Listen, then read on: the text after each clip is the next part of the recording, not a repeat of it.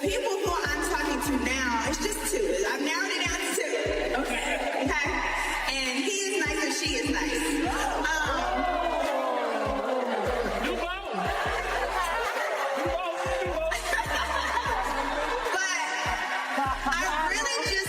To make sure that these were normal people. And what I talked about with my therapist the other day was I'm having a hard time opening up because they're not. Seriously, in my mind, I'm like, surely it's not Porsha. Like, this bitch right here knows she get more than a little bit. I mean, she's definitely hooked up with women, definitely. If she gets drunk, she becomes an aggressive lesbian. All right, y'all, take a deep breath and brace yourselves, because what you're about to hear isn't just another piece of celebrity gossip, it's a full-scale unraveling of an image that millions of people believed was unbreakable. For years, audiences watched Porsha Williams shine in the spotlight, appearing confident, successful, adored, and seemingly wrapped in a fairy tale version of love and loyalty. Every public appearance, every smile, every carefully framed photo reinforced the idea that her life was glossy, solid, and enviable. But according to her ex-husband, Simon Guobadia, that image was never the full truth. And now he says he's done staying silent. What he's alleging is shaking social media, dividing fans, and forcing people to re-examine everything they thought they knew about a relationship that once looked untouchable. Simon claims the foundation of his world began to crack when he started noticing things that didn't make sense, small inconsistencies at first, moments he brushed off because love makes you want to believe the best. According to him, those small moments slowly turned into undeniable red flags as he allegedly uncovered secret DMs, hidden conversations, and private messages sent behind his back, some of which included words like "I love you."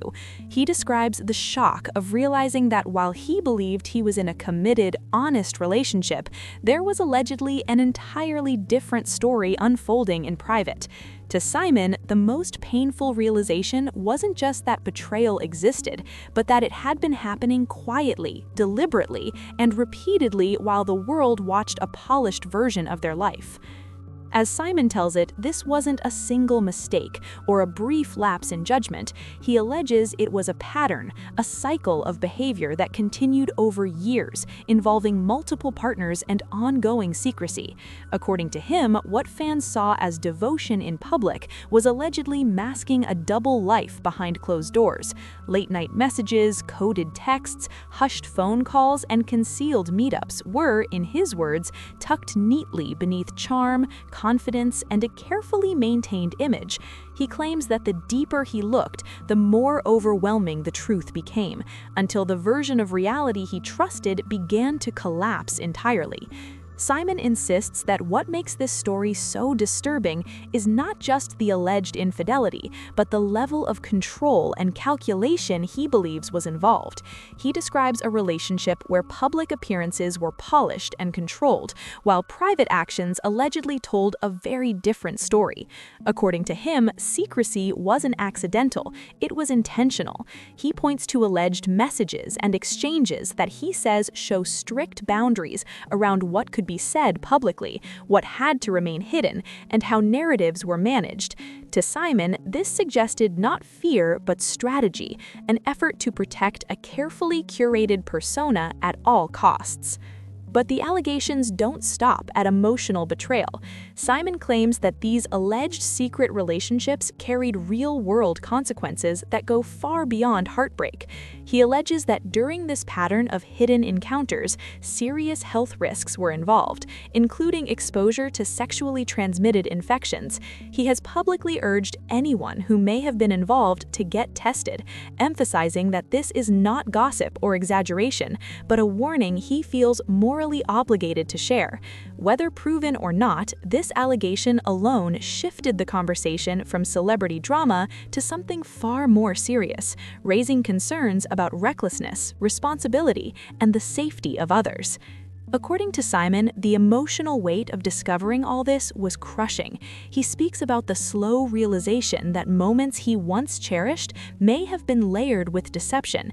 He describes questioning his own instincts, ignoring early warning signs, and convincing himself that doubts were just insecurity.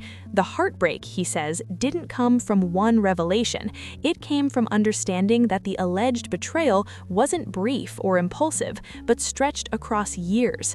That realization, according to Simon, turned grief into something heavier: humiliation, confusion, and a deep sense of loss over a life he thought was real.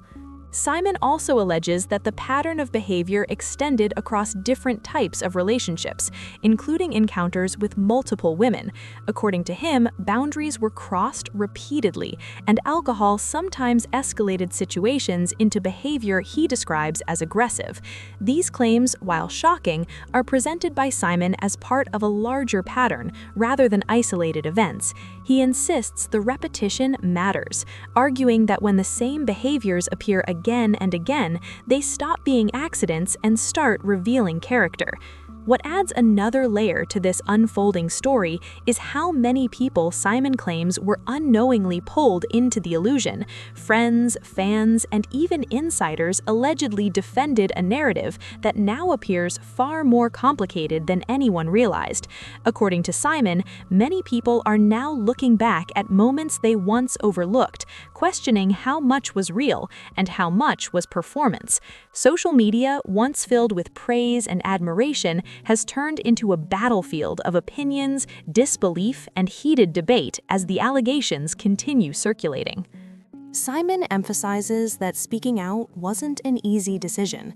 He frames his choice as a response to years of silence that he believes only enabled the alleged behavior to continue. According to him, staying quiet protected the image, not the truth. By finally telling his side, he says he's reclaiming his voice and warning others about the dangers of trusting appearances alone. He repeatedly stresses that this isn't about revenge, but accountability, about exposing patterns of deception that he believes could have harmed others if left unaddressed. As the story unfolds publicly, the contrast between image and allegation becomes impossible to ignore. The same woman celebrated for confidence, loyalty, and charm is now at the center of claims involving secrecy, manipulation, and recklessness. Fans who once admired the relationship are forced to reassess every post, every smile, and every declaration of love they once believed was genuine. The carefully curated image that once felt bulletproof now appears fragile under the weight of repeated allegations. Simon also speaks about the psychological toll of living in what he describes as an environment of constant manipulation. He recounts the exhaustion of piecing together fragmented truths, the anxiety of sensing something was wrong without proof, and the devastation of finally seeing the full picture. According to him, the relationship became a maze of half-truths and hidden realities, leaving him emotionally drained and questioning his own judgment. The betrayal, he says, wasn't just about infidelity, it was about being denied the truth for so long. However, as soon as Simon began talking, the internet went into overdrive. Screenshots resurfaced that people hadn't looked at closely before. Old interviews were replayed frame by frame, tone by tone, expression by expression. Fans started arguing not just about what happened, but about who knew, who stayed quiet, and why certain versions of the story were pushed harder than others. And perhaps the most unsettling part is that people close to the situation say this is only the beginning, that Simon hasn't revealed the most damaging allegations yet, that what he's shared so far is context, not conclusion. Because if even half of what he's implying turns out to be accurate, then the story the public believed for years was never the real one at all. For a long time, Simon Guobudaya existed in the public narrative as a footnote, the disposable villain, the flashy husband who was easy to blame and even easier to dismiss. While the internet joked, speculated, and moved on, Simon stayed mostly silent, and according to him, that silence ended up doing more damage than any statement ever could. Because when you don't speak, people fill in the gaps for you, and now that he's finally talking, what he's suggesting doesn't just complicate the narrative, it detonates it. It forces people to go back and question what they accepted without question the first time around. According to people close to Simon, his decision to speak didn't come from bitterness or revenge, it came from exhaustion. Years of watching half-truths circulate, years of being labeled manipulative, while, in his words, crucial details were conveniently left out. Insiders say that when Simon first began sharing his side privately, the reaction wasn't disbelief, it was silence. The kind of silence that happens when something doesn't sound shocking because it fits too neatly with long-held suspicions, things people had wondered about but never felt comfortable saying out loud. Simon begins his story the same way every time, with timelines. He insists that timelines matter because they reveal intent. According to him, the public version of when certain relationships began simply does not match reality. He alleges that emotional entanglements existed long before official breakups were announced, that conversations crossed boundaries long before labels changed, late-night calls, regular check-ins disguised as friendliness, communication that, according to Simon, wasn't innocent at all. He claims what the public saw as a sudden romance was actually the final act of something that had been unfolding quietly for years. Then came the allegations of repeated infidelity, not one mistake, not one lapse in judgment, but a pattern. Simon does not frame himself as flawless. He openly admits the marriage was already fractured, but he claims there were ongoing affairs he was expected to tolerate for the sake of image. According to sources who say they've seen messages, some of these alleged relationships overlapped with major public milestones, vacations, high-profile appearances, even moments that were filmed and later interpreted by fans as genuine happiness. That overlap is what unsettled people the most, because it suggests that what audiences were celebrating may have been carefully staged rather than authentic. What truly rattled those paying attention wasn't just the cheating claims, it was the suggestion that many people around them allegedly knew, friends, associates, people adjacent to production. Simon alleges silence wasn't accidental, it was strategic. As long as the storyline worked, the truth was inconvenient, and anyone who threatened that narrative, he claims, was quietly sidelined. According to him, protecting the image took priority over addressing the damage. Social media noticed immediately. Old clips resurfaced showing awkward body language, forced smiles, moments fans once dismissed as reality TV awkwardness.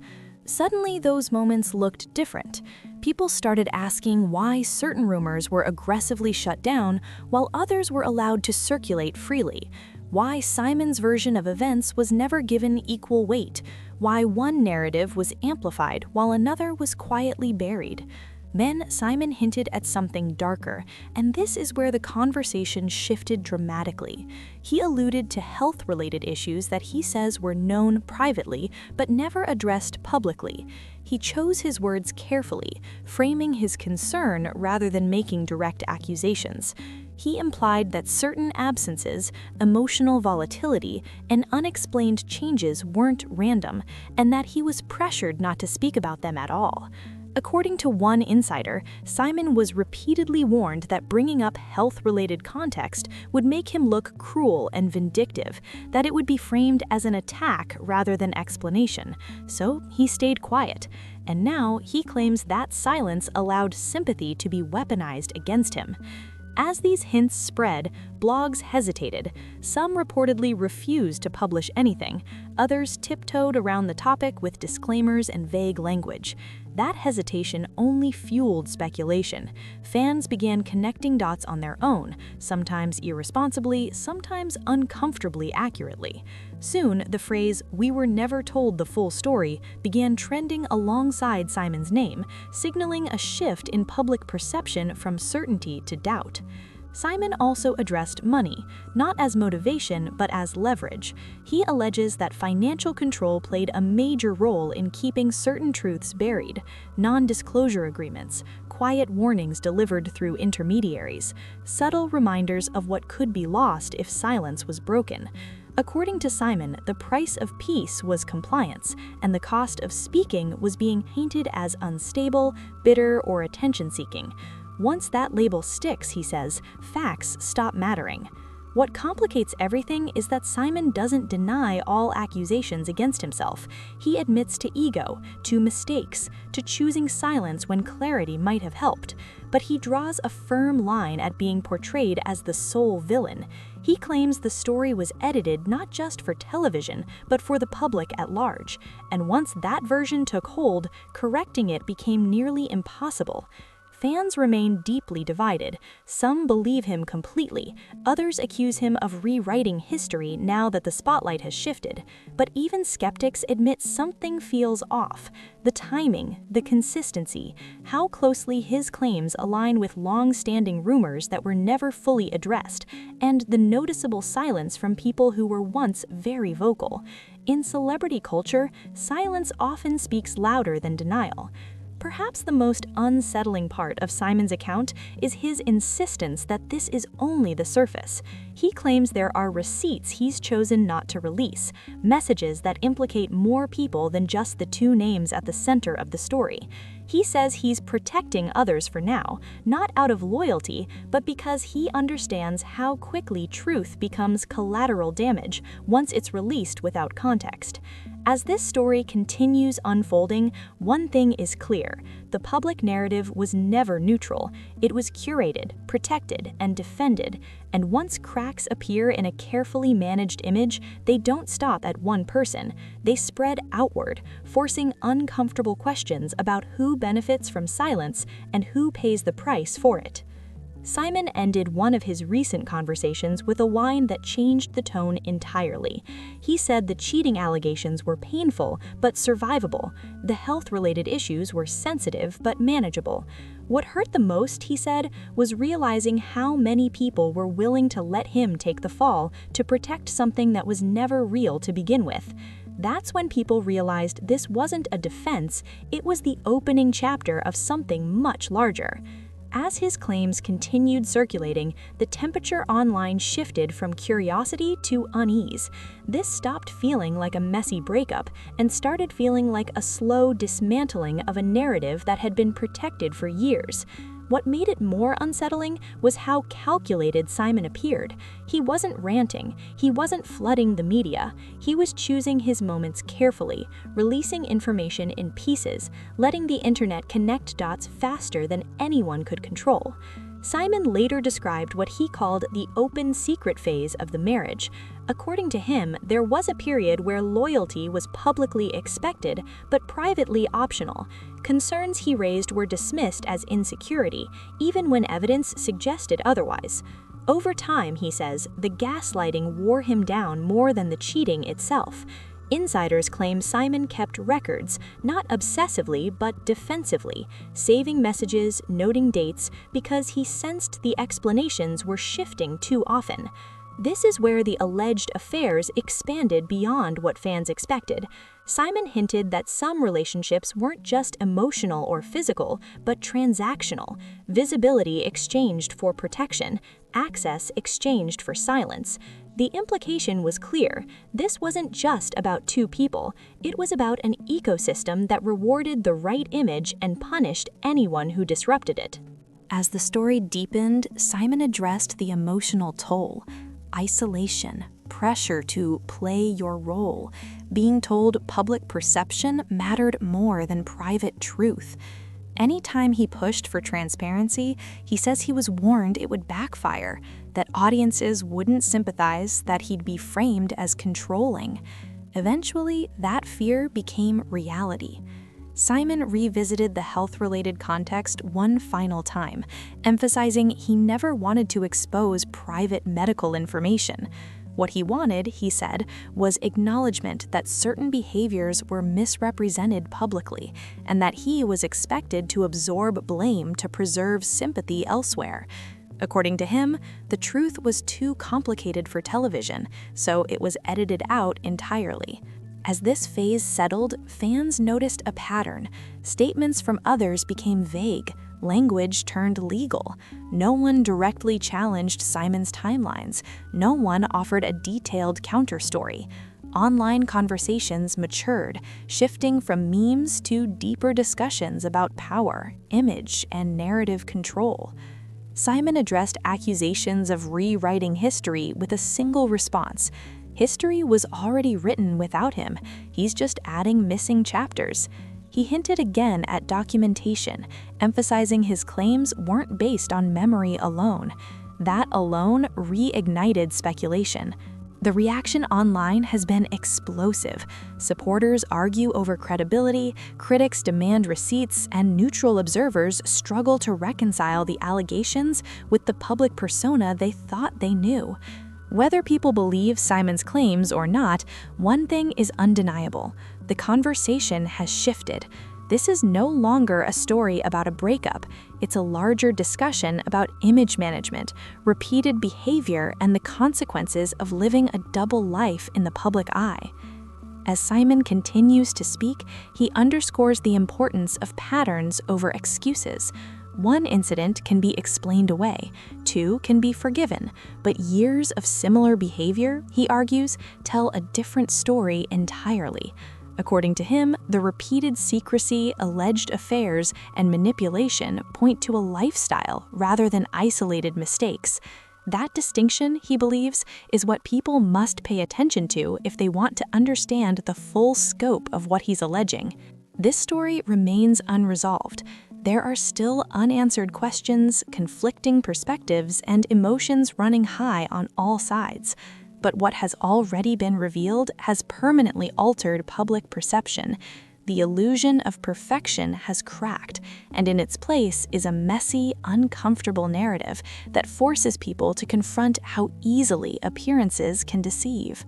So whether you believe every allegation or reserve judgment, this situation offers a powerful reminder. Public images are curated, but patterns reveal truth. Trust isn't built on words or photos, it's built on consistent behavior. And when that behavior allegedly tells a different story behind closed doors, the consequences eventually surface.